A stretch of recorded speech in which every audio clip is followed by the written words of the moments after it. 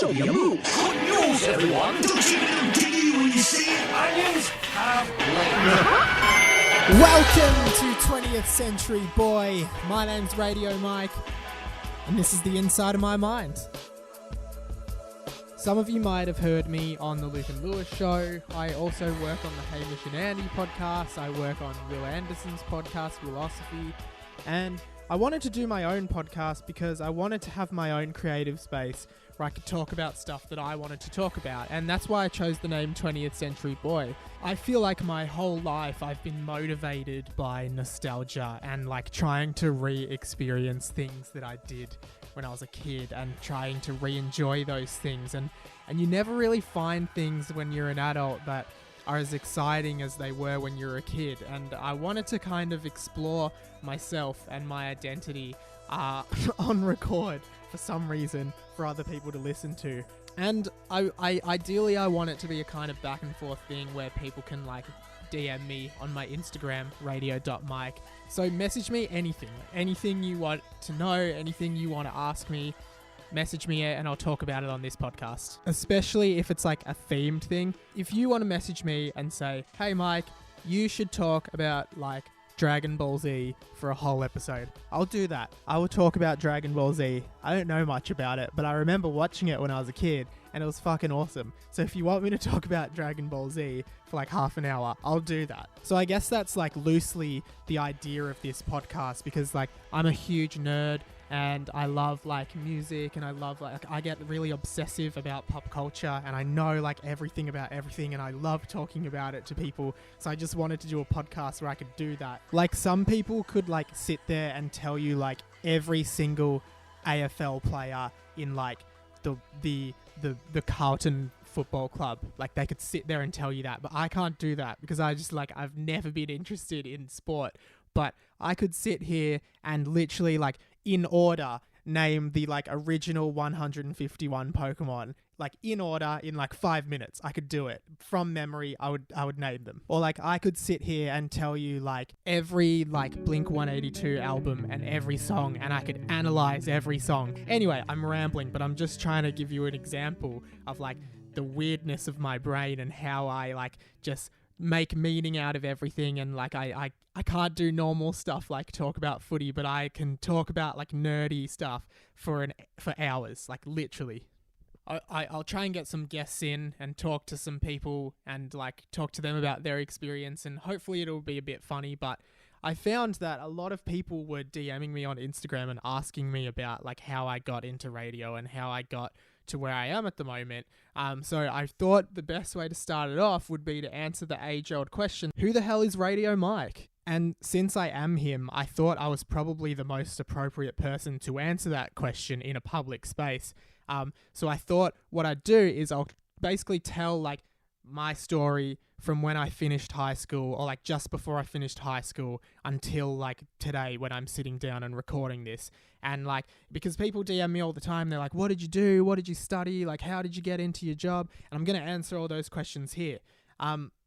And I guess if there's any like points in this where you're like, oh, that's interesting, maybe like I want to hear more about that, like send me a message and say, hey, can you talk more about this? So yeah, if you hear me tell a story and you're like, oh, tell us more about that time your brother slit his leg open on your grandpa's license plate on his car and had to get rushed to hospital on Christmas Eve. Like if you want to hear, I'm not going to tell that story now, but if you want to hear that story, send me a message and I'll tell you. And it's a great story. It's great. And I guess that's how we can shape this podcast, assuming anyone's listening. I assume there's probably like 2 people listening.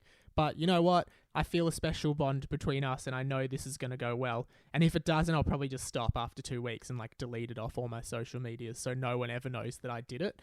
That way I avoid the embarrassment of failure. But yeah.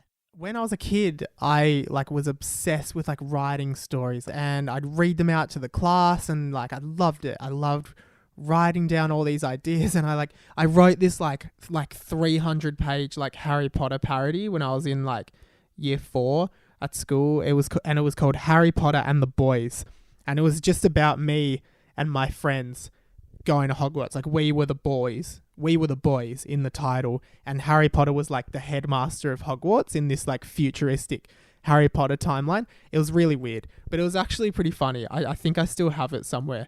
And I loved like writing stories and like making people laugh through writing. And I always thought that was like one of my biggest skills. And then after primary school, I moved to this high school, which was like this like elite, like high performing Catholic all boys high school, private school. And like it completely like crushed me creatively.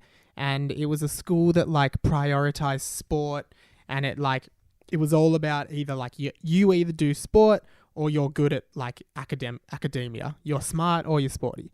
And like I was like reasonably good at school, but I was never that sporty. The school I was at didn't encourage me to be creative. They didn't want kids to be creative. They wanted kids to graduate with a high ATAR score and go to like Melbourne or Monash and study business or accounting or like science or something like that just never interested me at all. And then at the time, some of you might know, like I had this scholarship to school for choir. So I was in this choir that was kind of like, it was almost like this separate little group, this separate little faction of the school that all the choir kids would kind of hang out together. It actually sounds really lame when you say it like that, but I promise it was actually really awesome.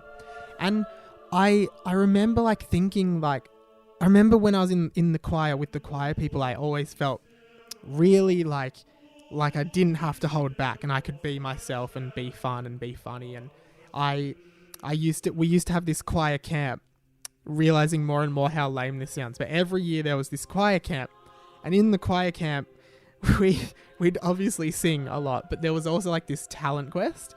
And I used to always enter the talent quest and like do like parody songs and all this kind of stuff. And it was the best. And I loved it. And then I'd go back to school and not be able to like be creative or anything anymore. And it sucked. And I don't know, I guess from going to that school, I lost touch a lot of what I really wanted. And I guess that's still something that I've never quite 100% gotten back. No one in my family is like that creative. Like, and I think most of my family like went into like business and science. Like I said, they were all kind of, as my mum refers to them, they do normal jobs. Like my parents don't get my jobs. They don't know what a podcast is. Like they kind of get like radio because they can listen to it. So anyway, I finished year 12 and like I enrolled for an arts degree at Melbourne because I remember like at my school, we had careers counsellors, and I was like 17 and I went to this careers counsellor. And I was like, yeah, like I thought I wanted to be a writer. Like I thought I wanted to be maybe like a journalist or like a screenwriter or something like that. That's what I wanted to do.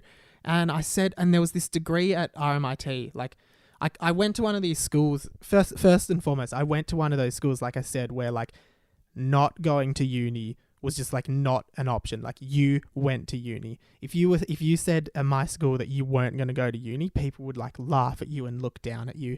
That kind of led to me making lots of mistakes because everyone just expected me to go to uni. I got a reasonably good score, so I enrolled in Melbourne and enrolled in an arts degree. And for those of you who don't know, an arts degree at Melbourne is like literally like pretty much a piece of paper. Like you pay like $10,000 and you get a piece of paper. You don't get a job from an arts degree. And I have a lot of thoughts on university in itself, but maybe I'll talk about that another time. But yeah, I was like to this careers counsellor, hey, like I really want to do like media or something. And she's like, oh, like, I don't want to crush your dreams, but no one in Australia like does media. Like it's it's an industry that's like in America, like those kind of things happen there, not here. And I was like, oh, okay. And she's like, but maybe you should go to Melbourne and do an arts degree. And like, dude, the school just wanted as many kids as possible going to Melbourne because it looks good on their reputation. I don't think they really cared about the students doing what they wanted to do, as long as they could say like, hey, this is how many students went to Melbourne, or this is how many students went to Monash. And yeah, I ended up enrolling in Melbourne and just completely going against what I really wanted, which was fucking stupid because I knew that I wanted to do something creative or something in media or something in writing. Like I knew that. And I knew that the degree in arts wasn't right for me, but I was just like under all this pressure from all these other people that I just made the choice to do that, which, yeah, again, really, really stupid.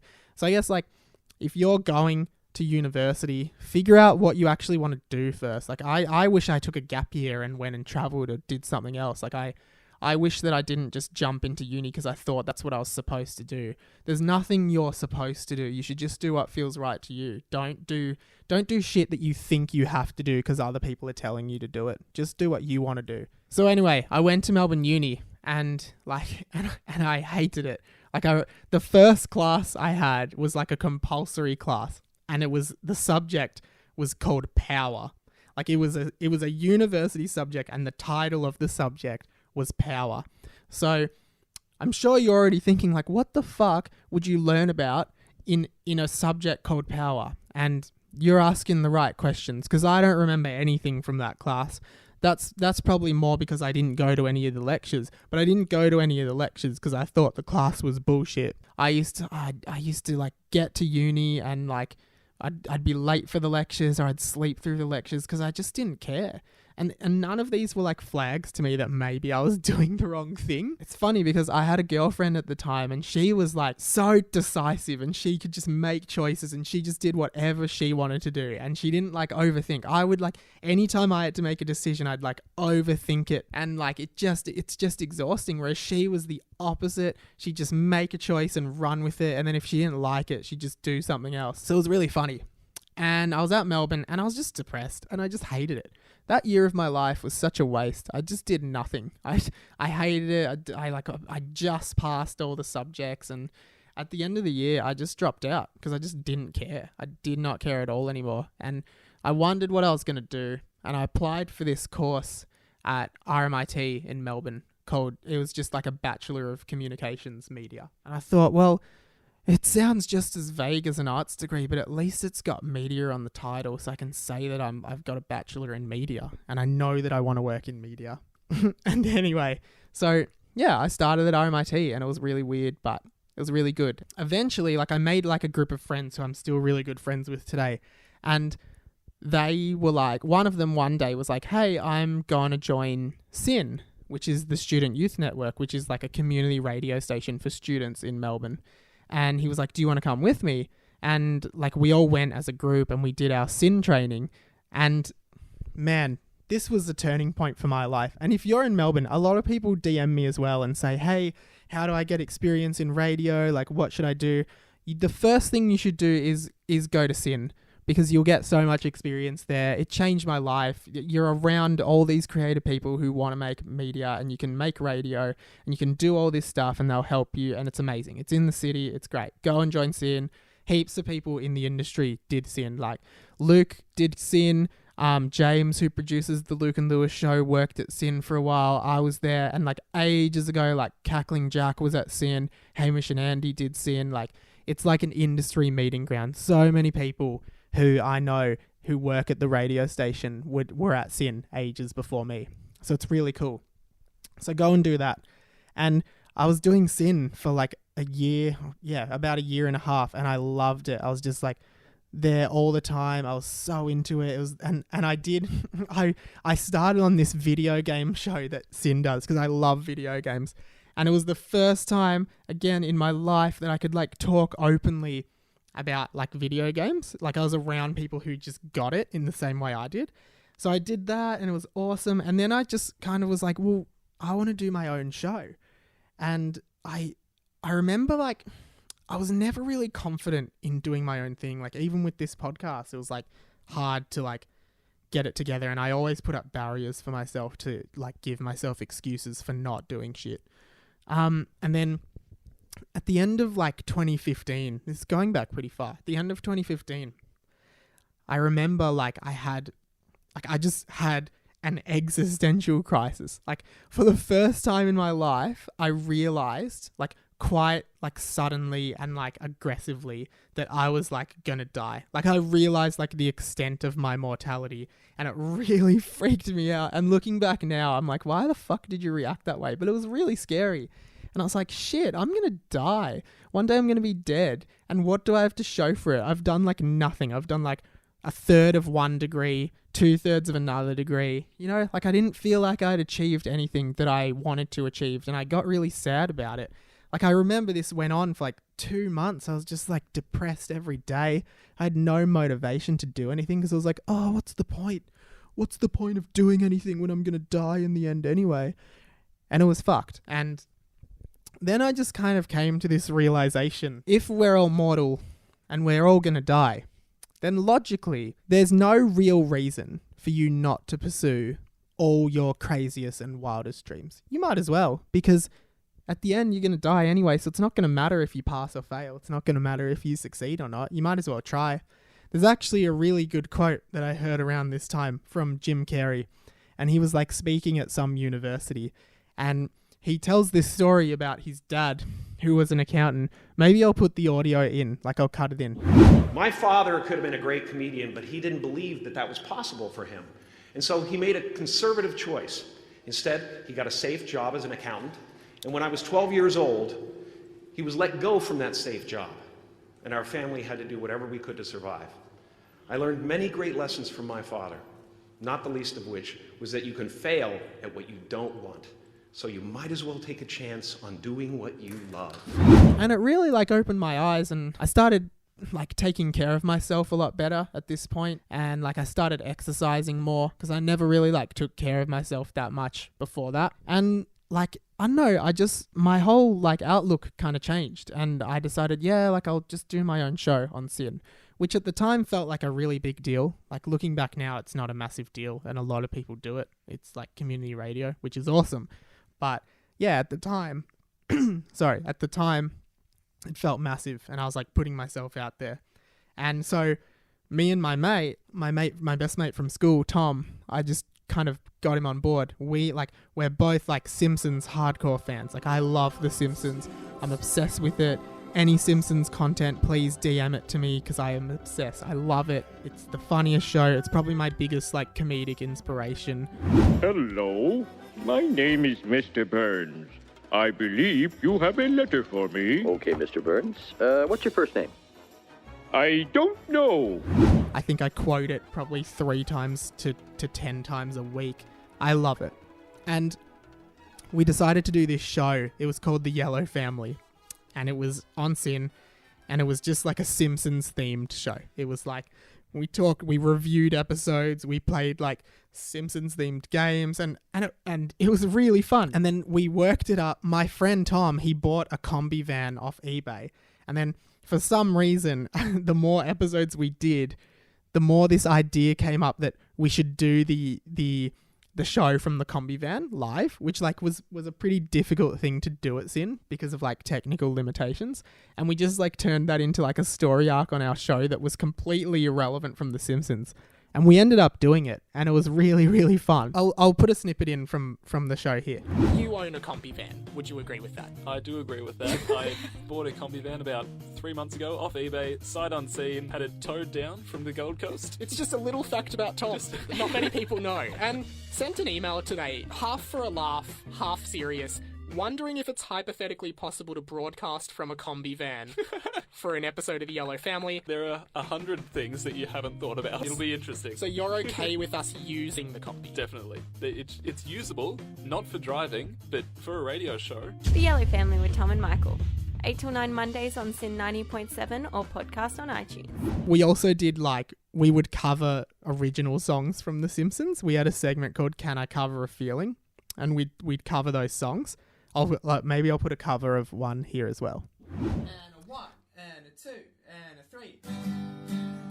Baby on board, how I've adored that sign on my car's window pane.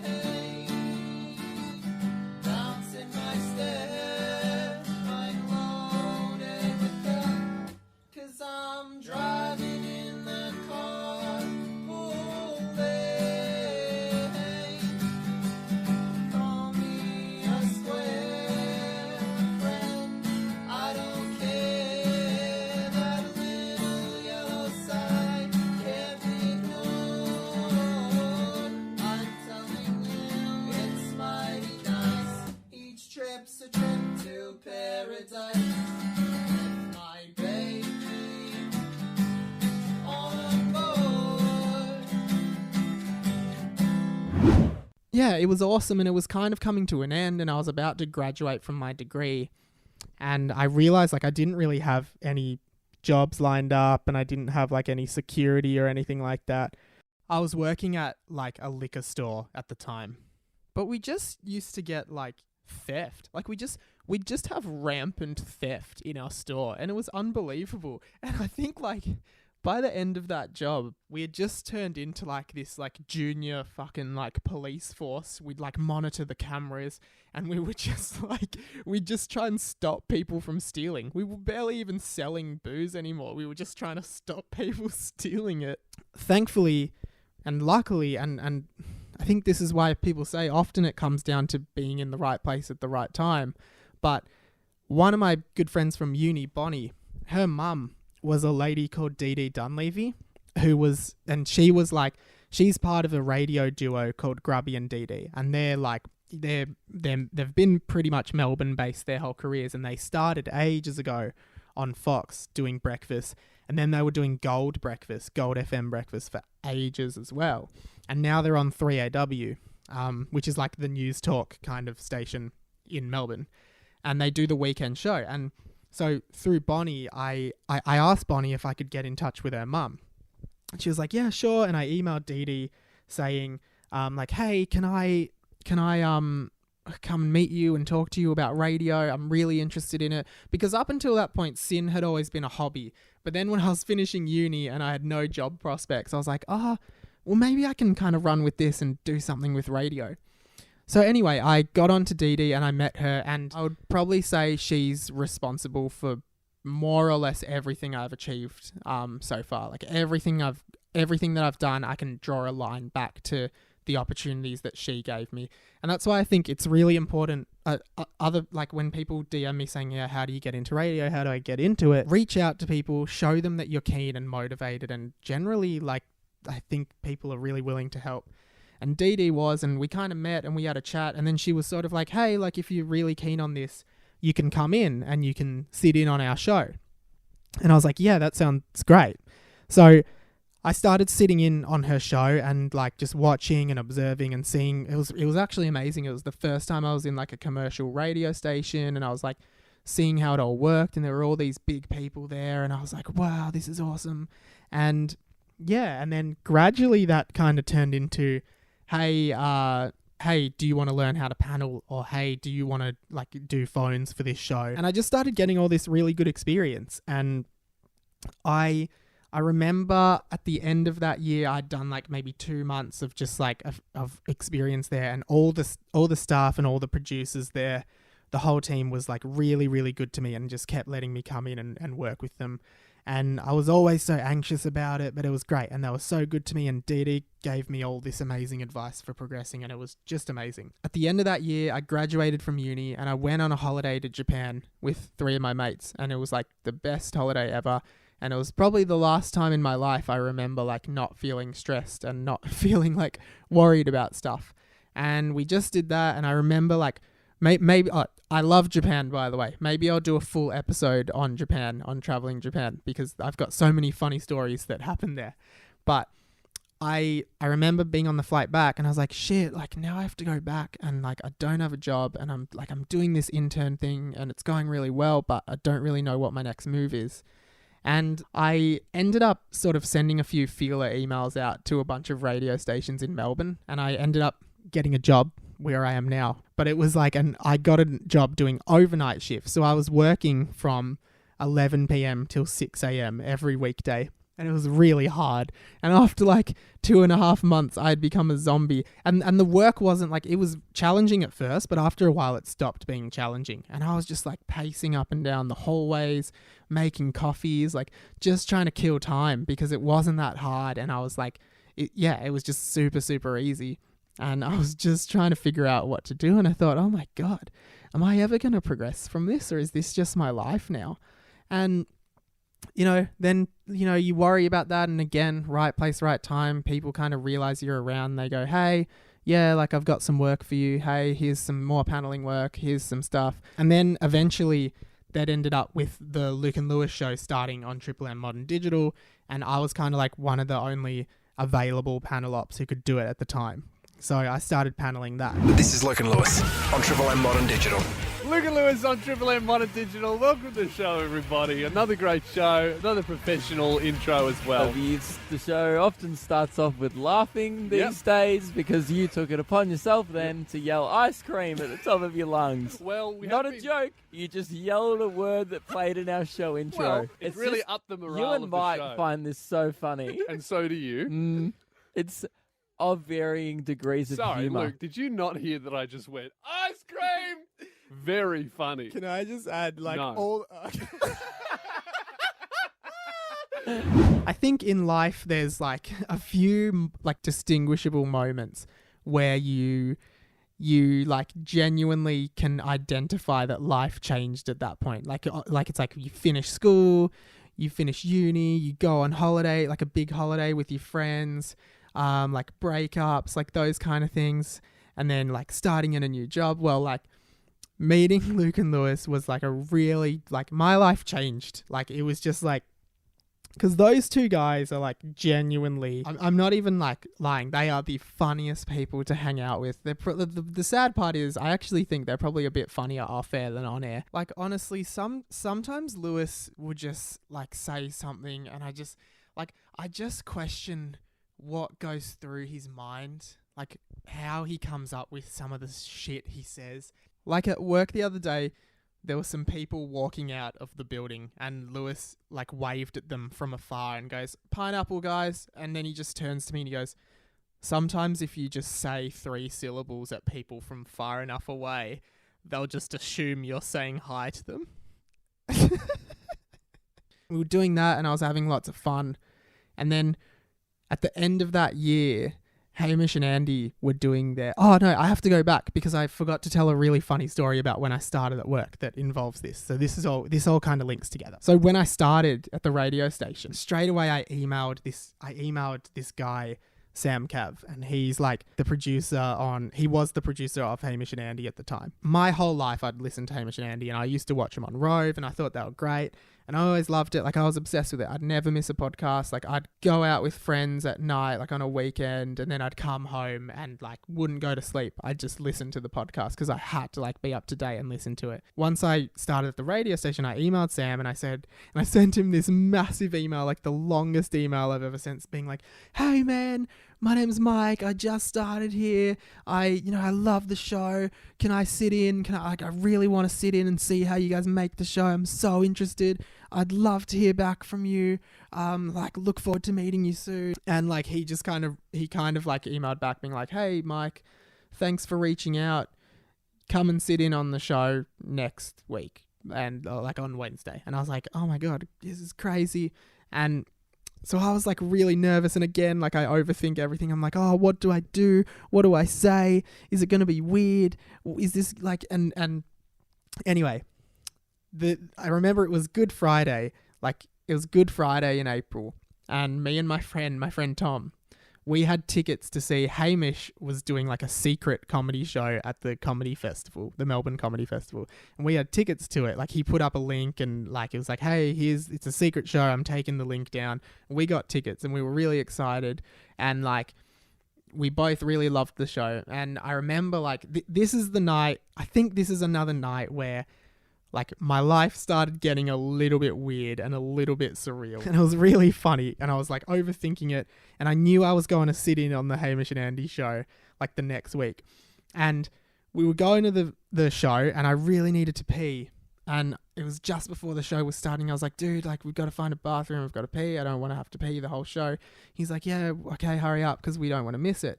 I'm like, yeah, it's fine. So I run into this bathroom and I'm usually a cubicle guy. Like, I'm genuinely usually a cubicle guy. I get a bit of stage fright at the urinal, but the cubicle was taken. So I had to pee in the urinal.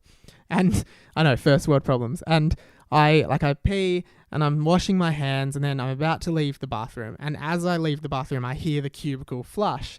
So I was like, might as well take a look at this dickhead who's bloody taken the cubicle from me. And, like, the door starts opening and I'm kind of walking out and I just turn my head to the right and it's Hamish. And I'm just like, "Oh, shit." And I walk out and I, like, go to Tom and I'm like, hey man, just so you know, Hamish, like he's in there, he's in the toilet. And I'd never seen a celebrity before. I'd never seen like a famous person. This was like my first ever celeb sighting. So I was like, oh, this is random. This is so weird. And Tom was like, nah, he's not. And I'm like, dude, I'm not even joking. He's there. He's going to walk out any second. And he kind of walked out, and I called him over and I was like, hey. And like, for some reason in my mind, my stupid, like overthinking mind, I was like, oh no, now he's going to see you. And then you're going to go to the show to sit in next week, and he's going to see you again. And he's going to think you're like this weird stalkery person who's followed him back to work or something. So I was like, hey man, my name's Mike. I'm a really big fan. And I emailed Sam and I asked him if I could sit in on the show, and he said yes. So I'm coming in to sit in on Wednesday. I don't know if he remembers this. I doubt he will. Maybe one day I'll try and see if he wants to do this podcast, and I'll ask him if he remembers this story. I hope he doesn't. And anyway, so we went to see the show and it was great, and like Jack was there and Ryan Shelton was there, who's like another guy who works with them that I think is like one of the funniest guys ever, and we met them all and it was awesome. And I went to work, and then like the next week I went to sit in on the show, and I was so nervous. I'm like, oh my God, what's going to happen? What if he doesn't remember me? It's going to be so awkward. I just found, like, looking back now, I'm like, why were you worried so much? You literally just sat on the couch and watched the show. They were just doing their job. And I got there, and like, this was like this is something like I'll actually remember, like this moment. I'll remember it forever, because, you know, on the Hamish and Andy Facebook, they do like the videos from in studio where you kind of see them, like there's like the wide shot of the whole studio, so you see Haim, Ando and Jack in their spots. I walked in, and I'd never been in the Fox studio area at this point, and I walked in and like straight away I just saw in real life basically that shot. They were all in the studio, they were doing a prank call or something at the time, and I was just like, whoa, that's so weird. It's like this thing that's always existed like in my ears or on Facebook, like as a video, is like now in front of me, and it was so surreal. It was honestly, it was really jarring. I sat down and I met Sam, and I was just watching the show, and I was like asking all these questions. I probably sounded like the most like hyped up student ever. I'm like, oh, like, why do you do this? Like, what? How do you do it? Like, why do you do it like this? Like, how come you do this instead of this? And they were just like, oh yeah, we do that because of this. That was really cool. So anyway, I kind of knew them, and then they were doing at the end of the year the We Are the Champions private jet tour. I ended up getting asked to panel that last week of the show because Jack who usually panels for them, was going to be like on tour with them interstate or wherever they were going. And I said to Jack, hey man, can I like sit in to just learn like the ins and outs of paneling the show? And he's like, yeah, of course, man. And I started sitting in with the boys, and Jack was kind of teaching me like some of the nuances of the show, and it was great. And it was again, really surreal, but also really cool. And they did, and I made the first time Jack gave me control to like panel a talk break, I made a mistake. Maybe I'll put the audio here. People aren't going to believe what's going on here. Yeah. I'm going to say a phrase here and people are just going to swerve off the road. Yeah. Jack is actually teaching someone how to press the button. Which, Mike, put your mic on. Mike.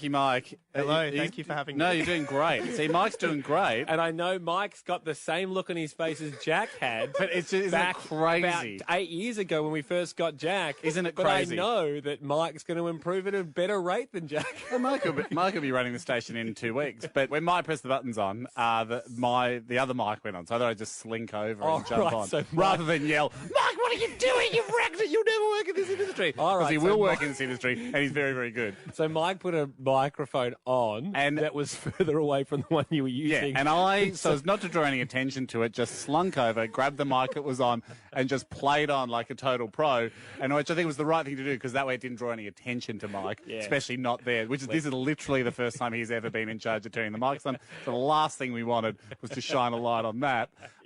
And the good thing is, though, you blame Jack. He's the one pulling the strings. That was a really cool moment. That was just like, it happened so fast, and I was like, oh my God, what is going on? I didn't even realize I'd made this mistake until like they had started talking about it. So I was just like, what the fuck? And like, so I did the last week and I pounded out the last show and it was awesome and I had a great time. And I remember being so nervous about it. I'm like, oh, I'm going to make so many mistakes and it's like a national audience and it's like a huge stakes. Like I'm going to screw it up. And like, I actually did make 2 pretty big mistakes when I was paneling it. And like, that was so stupid. But anyway, you live and you learn and you move on. So that kind of happened and then the year kind of wrapped and it was a really good year. And then I kind of like came back into the swing of it when the Luke and Lewis show came back. And then we were doing that, which was really fun. And then and then because I'd worked with H&A on the last week, they were coming back to do a podcast and I ended up getting to work on that, which has been amazing as well. And I guess it is still pretty surreal because, like, without sounding lame, like I said, like, that show was such a big part of my identity, like, growing up. And, like, from the age of, like, 14, it was, like, such a massive part. So to be a small part of, like, the big puzzle that is that show is really crazy. And I never would have thought that would happen.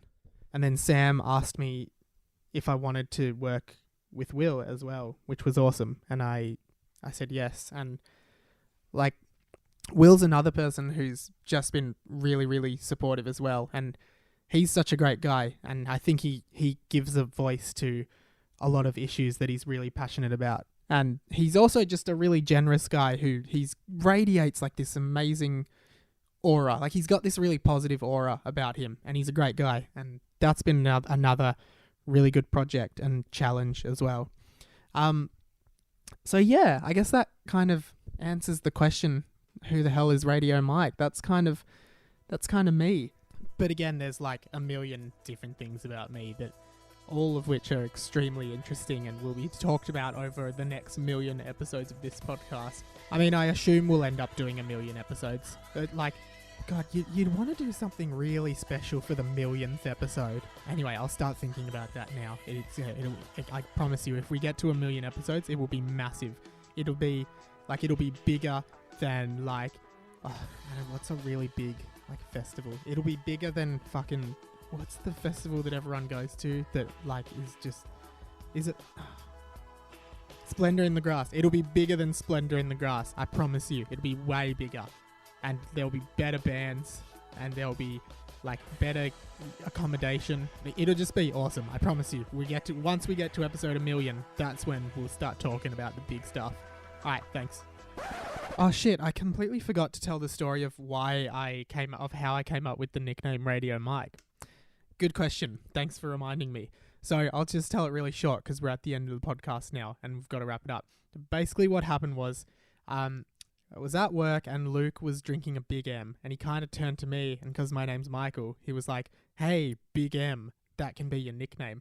And like, for whatever reason, I had always thought that if I ended up like paneling a show, like all the best panel ups have nicknames. There's like Giggling Ben, Cackling Jack, like they've all got nicknames.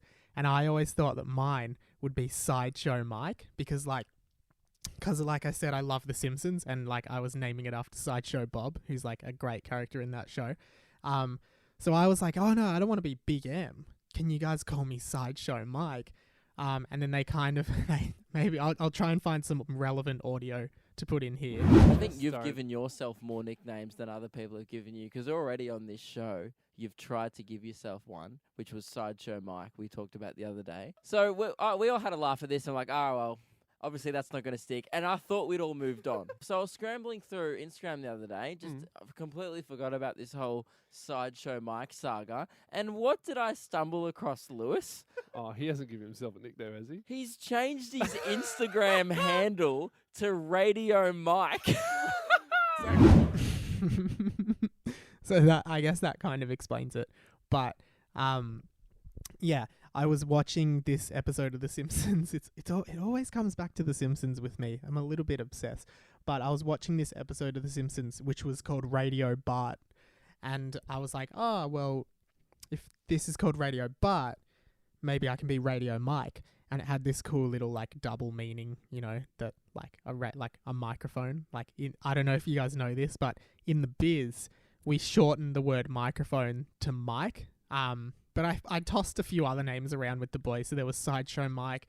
I think at one point I was hoping to be Mike's on Mike. But looking back retrospectively, that was that was a really bad name. So yeah, Radio Mike kind of I think at first it was like ironic, and I was doing it to like spite them for making fun of Sideshow Mike as a name, but then it just kind of stuck, and everyone just got on board with it, which I didn't expect to happen. But yeah, I guess that's just how life works. Shit happens that you don't really think's gonna happen, and with that, I say this is the end of the podcast. If you like it, rate it, I guess. Preferably 5 stars, no less. Don't give it a 4-star rating, because that'd just be annoying. And like maybe tell a friend if you have like, I don't know, if you have like a nerdy friend who might want to listen to me talk about random stuff, definitely tell them. And you can also DM me at radio.mike on Instagram. Anything you want me to talk about, any questions you want me to answer, I'll answer truthfully, man. I'm not going to lie. You know, this podcast is about the real deal. It's about the real stuff. So honestly, don't hesitate. I'll answer anything. So yeah, thank you very much for listening. My name's Radio Mike, and this has been the Inside of My Mind.